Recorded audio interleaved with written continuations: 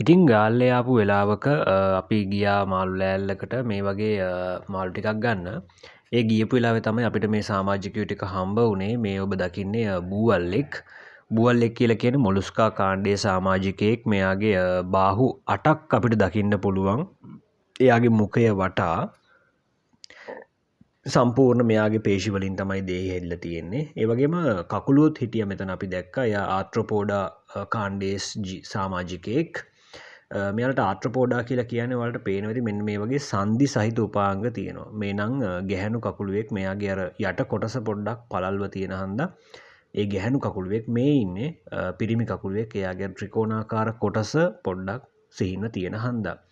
ඒ වගේ ආර්ත්‍රොපෝඩා සමාජිකයෝ වන ඉස්සොත් මෙතනට අපි දැක ගන්න පුළුවන්කමක් තිබුණා. එයාලගේ සංදි සහිත උපාංග දකින්න පුළුවන්.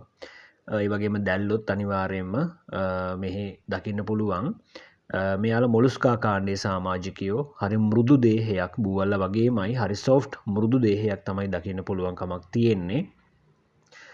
ඊට අමතරව එයාලා විතරක් නෙමෙයි රතු පැහැති ගල් මාළු අපි කියන්නේ රෙඩ් මාලට් කියලා ගල් මාළුත් මෙතන දැක ගන්න පුළුවන්කමක් ලැබුණා. ඒ වගේම මෙතන හිටියා මේ ගල් මාළුවන්ගේ සුවිශේෂීභාවය වගේම යාළගේ බලන්න මේ ඇස් ගොඩක් අර එළියට පැනලා වගේ තමයි තියෙන්නේ. මේ ඉන්නේ මෙයාලගේ පේනවා ඇති ඔයාලට දත් සාමාන්‍යයෙන් තියුණු මුඛයක් තියෙනවා දත් සහිත තෙලියෝ කියලා තමයි මෙයාලට කියන්නේ.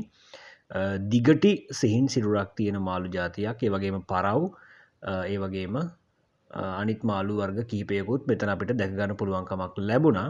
ඉතින් ඔය වගේ තමයි අපි ආර්ත්‍රොපෝඩා ඒ වගේම මොලුස්කා ඒ වගේම පිස්කියස් කියන කාණ්ඩවල සමාජිකයෝ කිහිපයක්ම අපි ආහාර